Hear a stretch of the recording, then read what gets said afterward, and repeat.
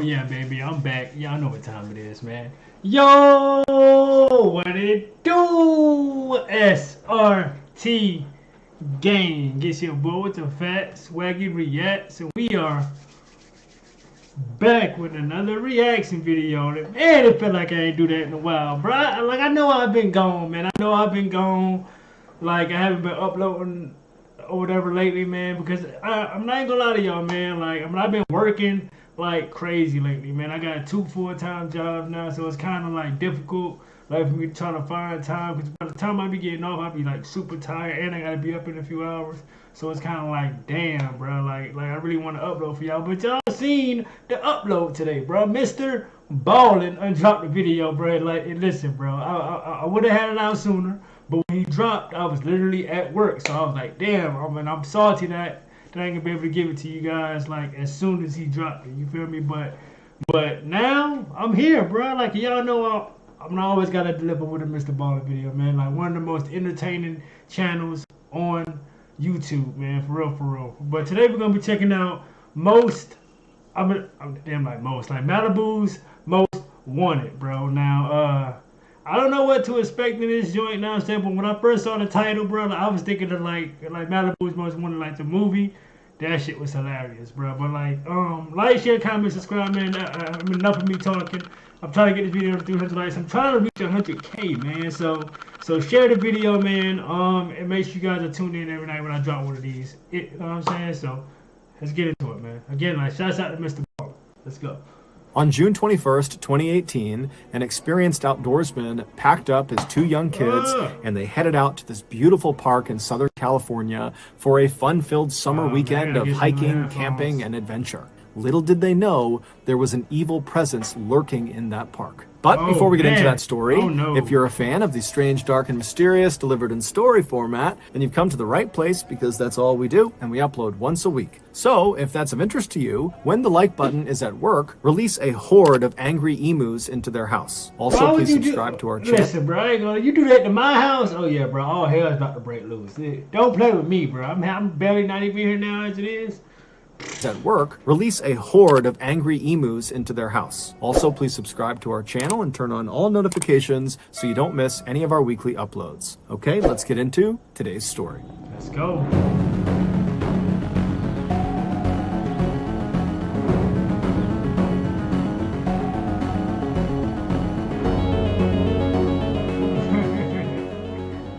On the morning of Sunday, June 17th, 2018, 35-year-old Tristan Beaudet pulled his phone out of his pocket to check the weather forecast for Orange County, California. Orange County is this beautiful suburb located right between Los Angeles and San Diego. And this beautiful suburb is where Tristan and his wife, 36-year-old Erica Wu, and their two young daughters, aged 2 and 4, called home. And on this day, which was Father's Day, Tristan had gotten up early to check the weather to make sure it was going to be clear that day because he really wanted to take his family out for a fun beach day to celebrate his holiday. And he was in luck because when his app loaded, it showed that Orange County was going to be beautiful and clear all day. Although, even if the weather had come back as rainy and horrible and cold, Tristan was the kind of person who still would have wanted to go to the beach. Because for Tristan, anything outdoors was really awesome. That was his happy place, being out in nature. Whether it was going to the beach or going hiking or camping or just throwing a frisbee around outside, he didn't care. I mean, so he pretty much just enjoyed nature. You know what I'm saying? Like, he loved to be outside and all that. You know what I'm saying? He was a sightseer, you know what I'm saying? Just shit like that. That's dope. Going to the beach or going hiking or camping or just throwing a frisbee around outside, he didn't care. If he was outside, he was good with it. And even though his daughters were still very young, they both already had totally fallen in love with nature just like their dad had, which made Tristan just so happy because now he had these two little sidekicks that would go with him on all of his outdoor adventures. As for Tristan's wife, Erica, she did love the outdoors. And like a good thing about these type of like, you know, like with families as far as like, you know, just spending time with them at a young age, this and the third, like they're always gonna remember these type of memories. You know what I'm saying? Yeah, bro. Like I just wanted to pause to say that because I just probably finna take a turn, like knowing Mr. Ballen. So his outdoor adventures. As for Tristan's wife, Erica, she did love the outdoors, but maybe not as much as Tristan did. But that was okay with Tristan because all he would do is make little adjustments to his adventures to make it more bearable for Erica. Like whenever they went camping, Tristan would totally rough it in a tent right on the ground, but he would bring along a big full-size blow-up mattress for his wife. And this was something that Erica just adored about Tristan. Not that he literally waited on her hand and foot, but rather that Tristan just kind of went with the flow. If his wife wanted a blow-up mattress, that was fine. You know, it didn't matter to him. That was just who he was. He didn't judge people. He was at peace with the world. And in fact, it was that character trait that had originally attracted Erica to Tristan. Erica had met Tristan back in high school when some mutual friends had set them up. Tristan didn't have a date to a dance at his school, and so the friends were kind of like, Erica, go with him. And so Erica would agree to go. And on the night, she actually met Tristan for the first time. She's laying eyes on him for the first time.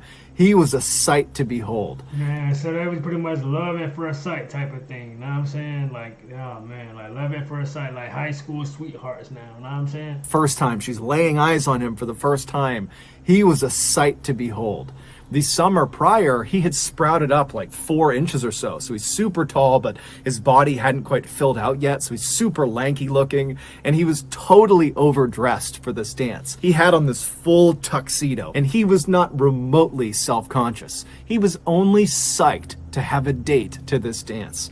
And during this dance, Tristan would just totally rock that tuxedo in all of his gangly glory, as if this tuxedo was made for him. And he would really try hard to make sure that Erica had a good time with him, and she totally did. And so after this dance was over, the pair was inseparable. Erica would go on to study at Stanford and would become an OBGYN doctor. As for Tristan, he would become this wildly successful, widely published scientist with a patent related to vaccine delivery. A doctor and a scientist?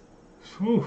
We talking about some money. A widely published scientist with a patent related to vaccine delivery. However, in typical Tristan fashion, he didn't care at all about his resume. It didn't matter that it was completely stacked. I mean, on paper, this guy was just unbelievable.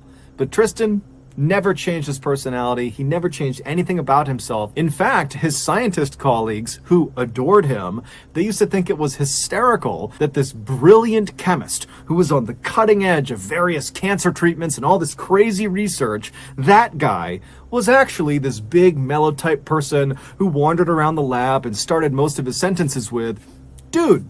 By early afternoon on that Father's Day in 2018, Erica and Tristan and their 2 little girls had made their way to a local beach, and Erica had found herself sitting in a beach chair reading a book, and Tristan and the girls had set up a sunshade right down where the water broke, and they were digging in the sand. And so over the course of that afternoon, Erica, she's reading her book, and periodically she would look up and she would see Tristan and the girls digging in the sand or making sand castles. And then at some point, Tristan and the girls, they would get up and abandon their dig site, and they would run into the water, and then they would run back to shore right as the waves were breaking, trying to kind of escape the waves. And the 2 little girls thought this was so much fun, and they were laughing hysterically and screeching with excitement as the waves crashed at their ankles. These are tiny little waves. And at some point, Erica, she's looking up watching this, and she sees her 2 little girls having a blast, and she sees her husband flash her this big grin because he knows this is totally funny. And at that moment, Erica suddenly felt herself feel something that she didn't always feel these days, and that was just contentedness, happiness. Tristan, because he was this totally laid-back guy, he was able to just kind of enjoy life as it came to him. But Erica, she couldn't do that. She was a constant worrier, and that was largely because when she was just 8 years old, she lost her father. And it was this totally traumatic experience that really upset her childhood. It was just devastating for the family. And so ever since then, she had developed this very real paranoia that no matter how good her life was, that at any second it was going to be ruined by something horrible happening to her. But as she sat in this chair, watching her husband smiling at her and seeing her kids playing with him, it was just this perfect moment. And so Erica would put the book down and she would get up and run into the surf to be with her family. Little did she know, something horrible was about to happen. Oh shit. This one's the perfect gift for the friend who's been getting a little too comfortable during quarantine. Maybe your son, a father.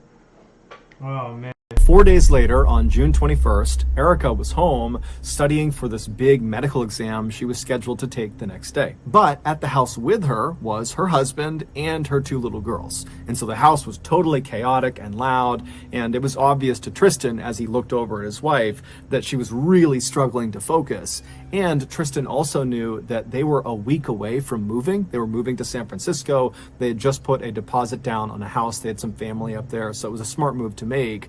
But they still had a lot to do for this move. And so Tristan's looking at his wife knowing that, you know, the stress levels have got to be through the roof for her. And so Tristan decided he would just take the girls and head out for the weekend to make sure Erica had the time and space she needed to prepare for this test, and also just maybe to be alone and have some peace and quiet. And so Tristan made a couple of phone calls, and then after he was done, he talked to Erica and he told her that he had just made reservations at this campsite up in Malibu, California. Malibu is another beautiful Southern California town located about an hour and a half north of Orange County. It's where a lot of celebrities live. It's a very rich part of California. And he tells Erica that he had made reservations in this campground that's out there, and that he had called his brother-in-law named Scott, who had 2 young kids himself, ages 3 and 5, and they were all going to go there together and spend the weekend at this campsite. Now, Erica was very thankful for her husband for being willing to do this, because she did need the time and space to study, but she immediately was just concerned about it because, you know, Tristan, he would take the girls and go out on all sorts of adventures all the time, but he had never gone camping overnight without her there, and so her reaction was to worry about it. But Tristan, who knew his wife very well, told her, "Don't worry, I will take great care of the kids. It's a place that's totally public. It's an amazing campground. There's loads of people around. It's totally safe." And so eventually Erica was convinced. And so Tristan began packing the car with all the camping supplies and the kids' toys and the kids' bikes. And as he's doing that, and the girls are really excited about this camping trip, Erica still found herself thinking, you know, I hope they cancel this trip, because she just couldn't help feeling like something bad was about to happen to them. But Tristan did not cancel the trip, and after the car was all packed and the girls had been tucked into their car seats in the back seat, Tristan kissed Erica goodbye and said he would see her in a couple of days, and good luck on your test tomorrow. And with that, Tristan hopped into the car, he backed out of the driveway, and Erica watched as he pulled up the road and headed north towards Malibu.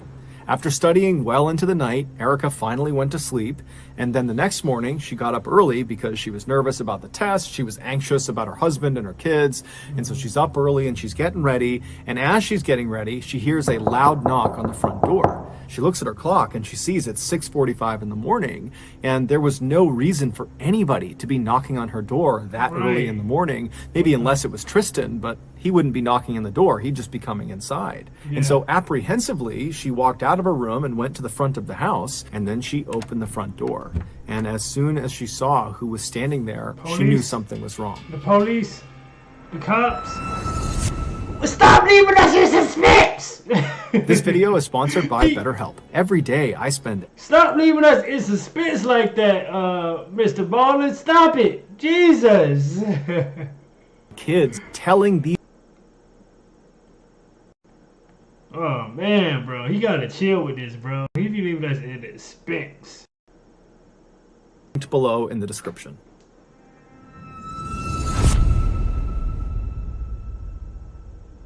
It was the cops. Erica would later reflect on this moment when she opened the door, and even though it didn't make sense and it was irrational, she would sometimes think to herself, what if I had just never opened the door? Would this nightmare have really happened? But Erica did open the door, and standing out there was her sister-in-law, Priscilla, who was there unannounced. She lived an hour and a half away, and she looked very frazzled and upset, and she would give Erica absolutely heartbreaking news. Because I thought it was the cop. You know, once you see the cops at the door at your house at like a random time, obviously something's, you know what I'm saying? That's what I was thinking. You feel me? It was the cops, but it was her sister-in-law, and it's still about to get bad because he got bad news. She looked very frazzled and upset, and she would give Erica absolutely heartbreaking news. News that was so earth-shattering that Erica literally couldn't comprehend it. Like, this cannot be true. There literally has to be a mistake. But there was no mistake. Erica would not take her medical exam that day. Instead, she would hop into the car with Priscilla, and they would drive to Malibu. The day before, Tristan... Oh, man, something happened to Kristen and the kids, bro. God damn, man, bro. Instead, she would hop into the car with Priscilla, and they would drive to Malibu. The day before, Tristan and his two little girls, after driving for about an hour and a half, arrived in Malibu at the entrance to the Malibu Creek State Park. Now, when most people think of Malibu, they just think of the beautiful properties lining the beach. They think of celebrities and rich people and exclusivity. And that's all true. But what a lot of people don't know about Malibu is that just outside of the kind of main Malibu area is this totally wild area, this very rugged terrain, all these canyons, all these heavily forested areas. It all kind of butts up against the outside of Malibu. And in this totally rugged area is where the Malibu Creek State Park is. So Tristan and Scott, they arrive at the gates of this park that leads into this wilderness, and they check in with the park rangers up front, and they are directed to their respective campsites that they had reserved. They had reserved 2 sites right next to each other. And all a campsite is usually is just a square little plot of land with nothing in it. And it's a place where you put your tent on, and sometimes there's a fire pit inside of it. It's really sparse. And so Tristan and Scott, they thank the park ranger. They drive all the way across the campgrounds. They get to their designated spots. And right away, Tristan's like, these are just not very good campsites. They were located right near the porta potties, so it kind of smelled bad, and there was lots of foot traffic right in front of their sites, and their site was kind of at a tilt too, so just overall it was not ideal. And so Tristan said this to Scott, and Scott decided he would just go talk to the park rangers again and see if they could change their campsites. And so he went to the front, talks to the park ranger, and they say, no problem, there's actually 2 open campsites on the other side of the park. We'll just swap your reservation. And so Tristan and Scott and the kids, they make their way to these other 2 campsites, and these are perfect. They're kind of tucked up at the base of this huge canyon. There are no porta potties nearby, so no foot traffic. It's very private, and the land was totally flat. And so the men are totally happy with this, and they start getting their stuff out of their vehicles and setting up their tents, and the kids are running around playing and riding their little bikes around. And then after their campsites were mostly set up, Scott and Tristan made a fire in the fire pit that was located roughly between where the 2 tents had been set up. And so Scott was sleeping with his 2 sons in his tent, and Tristan would be sleeping with his 2 girls in his tent. And so they get this big fire going, and then all the kids and the adults, they sit around the fire, and they start roasting hot dogs and making s'mores, which is marshmallow, chocolate, and graham cracker. And the dads are telling funny jokes and spooky stories too. And before long, the kids are just totally exhausted. And so Scott and Tristan both take their kids and put them to bed inside of their tents. And then after the kids are tucked in, the 2 men come back to the fire, and Tristan, who had packed pre-made cocktails, he pulls those out and he shares one with Scott. And then the 2 men just enjoyed each other's company, you know, sat around the campfire, chatted for a while. It was mostly Tristan talking about his upcoming move to San Francisco, but Scott was happy to just listen. And then at some point, the 2 men were just totally exhausted, and they decided it was time for them to go to bed. And so they put out the fire. Scott would hug Tristan and tell him that he loved him, and then the 2 men would leave the campfire and go to their respective tents. As Scott climbed into his tent with his 2 sons, he turned and looked out the open flap of his tent across the fire pit towards Tristan's tent, and he saw Tristan climb into the tent with his girls. And so after he sees Tristan get into his tent, Scott zips up his own tent, and he lies down, and within 10 or 15 minutes, Scott is fast asleep. Just before sunrise the next day, so around 4:45 a.m., Scott suddenly woke up. 132 years this ranch has been in my family. Just tell me how to fight. Getting good, yo. He thought he heard a loud sound, but he couldn't place the sound. And so he's just laying there. It's still dark outside. And as he's kind of getting his bearings, he realizes one of Tristan's daughters is crying in her tent.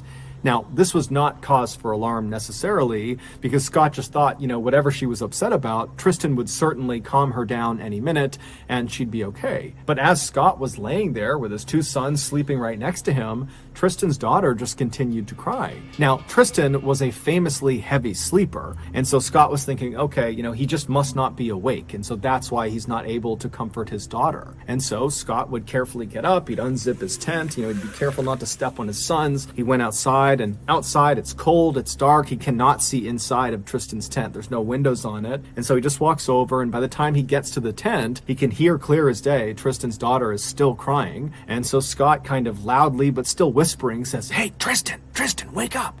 But Tristan doesn't wake up. And so with Tristan's daughter still crying right on the other side of the nylon of this tent, Scott decides to just open the tent up and look inside. And so he walks around to the front of the tent, he unzips the tent, and he looks inside. Now, it's too dark, he can't really tell what he's looking at, but even with the minimal light, he could tell that Tristan was clearly still sleeping right in the middle of the tent, and positioned on either side of him was his 2-year-old daughter and his 4-year-old daughter, and from the looks of it, the 2-year-old was crying, and the 4-year-old, who was also whimpering, was doing her best to comfort the 2-year-old. And so Scott's looking in, wondering what's going on, when the 2 little girls, they turn and look up at Scott, and when they see him, they just start saying, wet, wet, wet. Now, Scott doesn't know what they're talking about. He's starting to get a little bit flustered because he thinks something's wrong, and so he reaches in and just starts shaking Tristan, saying, hey, wake up! But as soon as he did that, he could tell Tristan's not sleeping. Tristan is dead. And his 2 little girls are sitting in a pool. Oh my God! So maybe that sound he heard was possibly a gunshot, possibly. I don't... No, man. No, man. Shaking Tristan, saying, hey, wake up! But as soon as he did that, he could tell Tristan's not sleeping.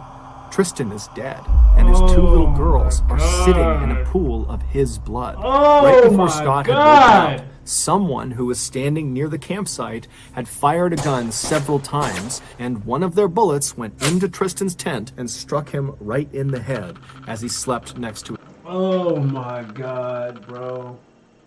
Like, these people out here shooting guns and shit end up hitting this man while he's sleeping. So this man fell asleep and never woke up, bro. That is fucking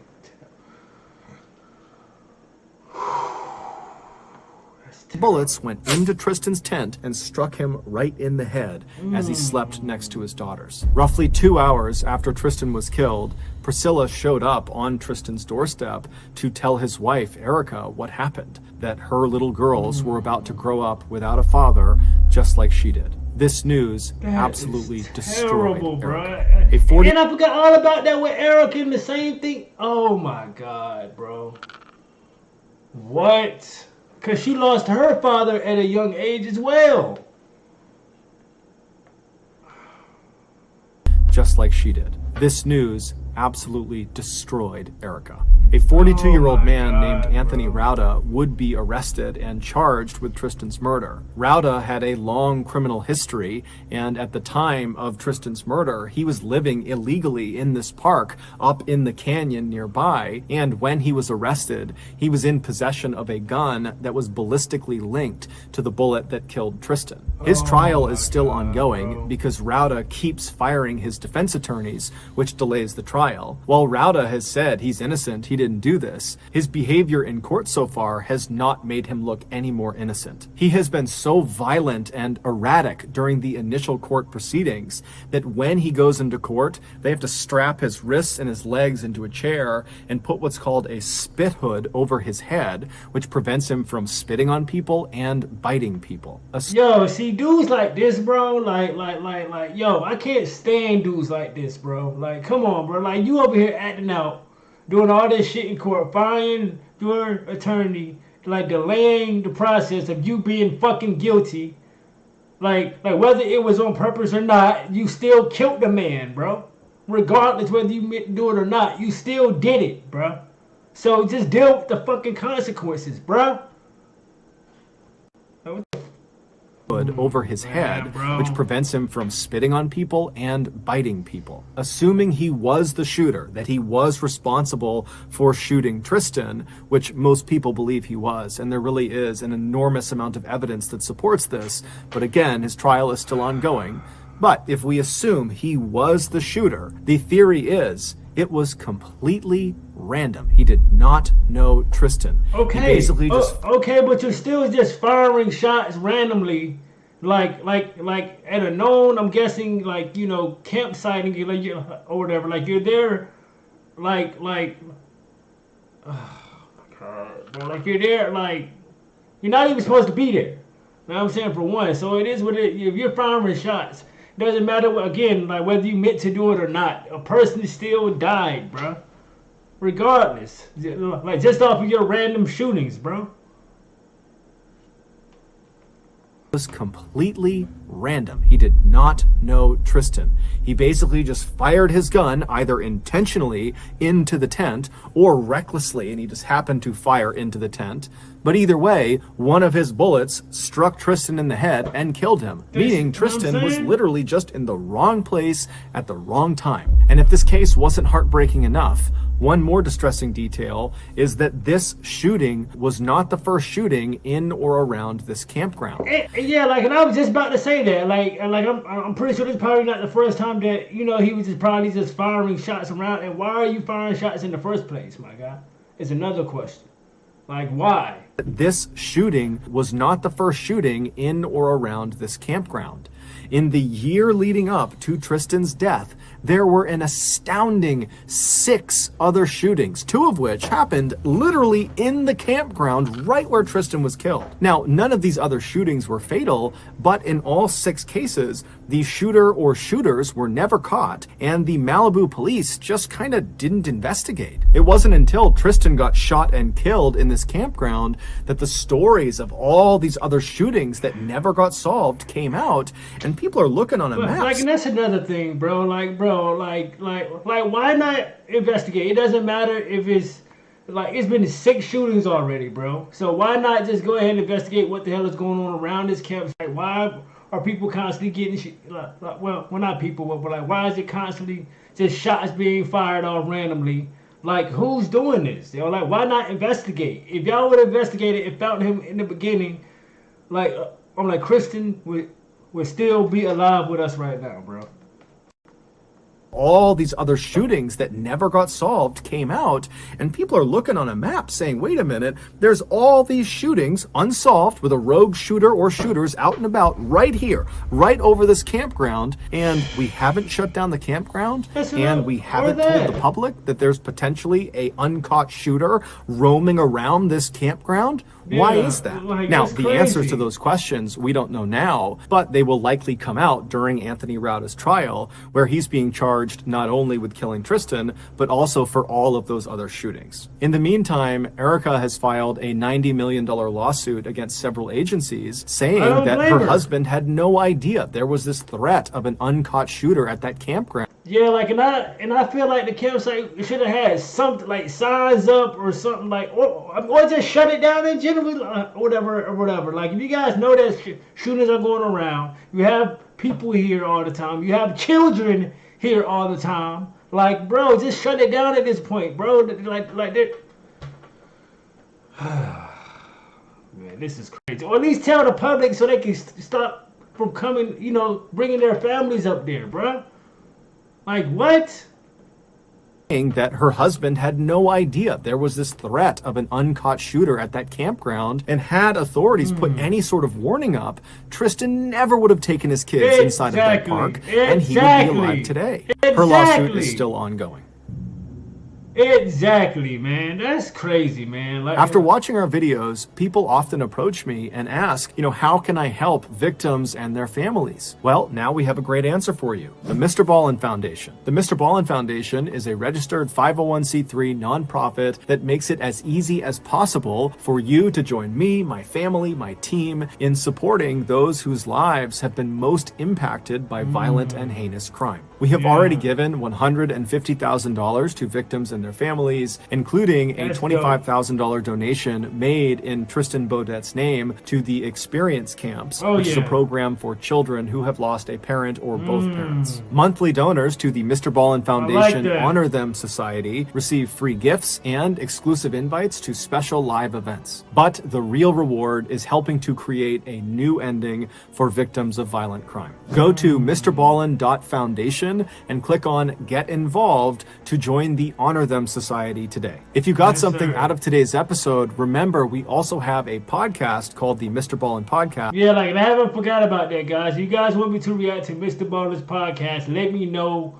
now in the comment section. Write it down in the comment section and let me know if you guys want me to do more reactions of the podcast when I can.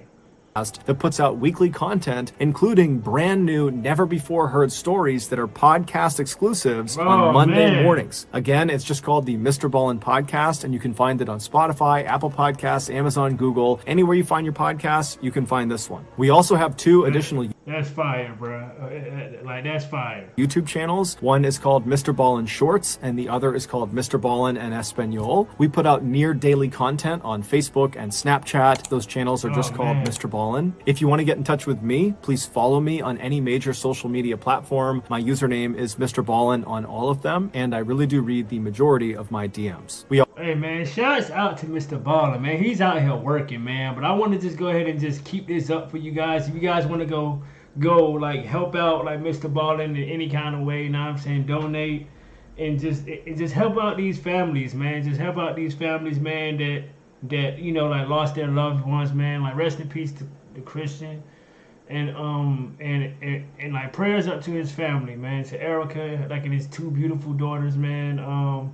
Like this was a crazy story, man, and I really hope that like whoever this guy was that was doing this random shooting, I hope he get exactly what he deserves, man, because like why are you just shooting just randomly at this campsite all the time? Like dude, like what is wrong with people, bro? Like just I don't get it. I don't get it, bro.